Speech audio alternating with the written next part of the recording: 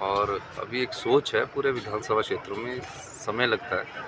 Pine Grove school की सोच एजे सिंह जी ने 30 साल पहले रखी थी।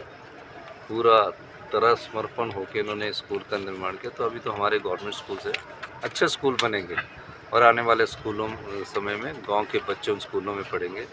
जो शिक्षा के स्तर में अंतर नहीं आना चाहिए बच्चों के बीच में, हमारी सरकार उस दिशा से काम कर रही है। सर, आपने बताया कि 4 बच्चे इनके स्कूल में पढ़ रहे हैं, तो और निजी स्कूलों में भी बातचीत चली हुई है? देखिए अनाथ जो भी ऑर्फन बच्चे जिन्हें हमने चिल्ड्रन ऑफ द स्टेट का दिया, तारा हॉल में पढ़ रहे हैं, डीएवी में पढ़ रहे हैं, जितने भी प्राइवेट स्कूल है उन्होंने उन बच्चों को अडॉप्ट किया है।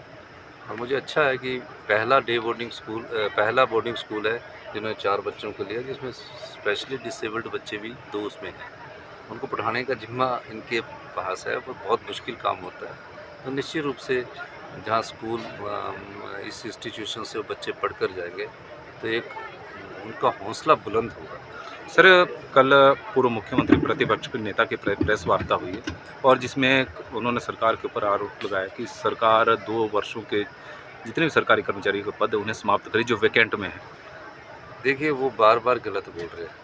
पूर्व मुख्यमंत्री रहे हैं, जो पोस्टें 20-25 साल से भरी नहीं गई है, जो रिडेंडेंट होगी यानी कि ख़त्म हो गई है, जिनका कोई औचित्य नहीं रह गया है, जैसे कि टाइपिस्ट क्लर्क का है, वो पोस्टें 20-25 साल से चली आ रही है और हम अभी बजट बना रहे हैं। बजट बनाते हुए उन पोस्टों का हम बजट एलोकेट करते हैं।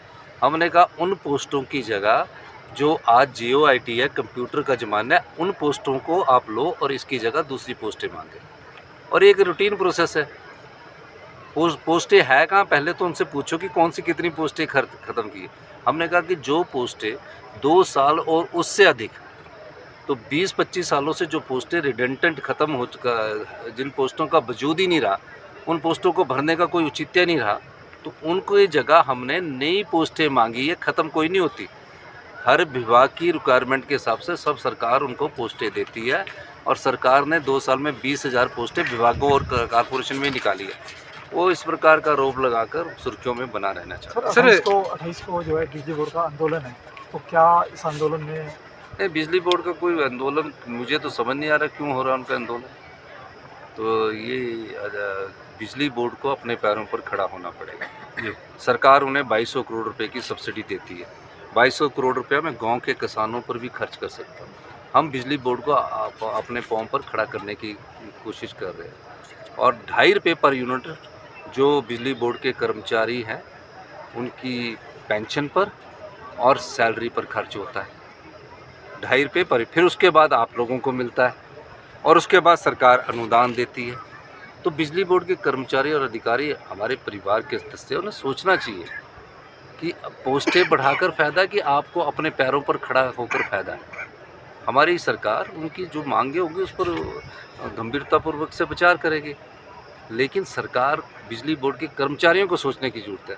अब 2.5 रुपये पर यूनिट का खर्चा आपकी जेब से जा रहा है, क्योंकि उनकी पेंशन भी है ना, 29,000 की पेंशन है और 18,000 की पे, तो उस खर्चे को कम करना है। बिजली बोर्ड 58 डिस्कॉम है, उसमें 51 स्थान पर पहुंच चुका है।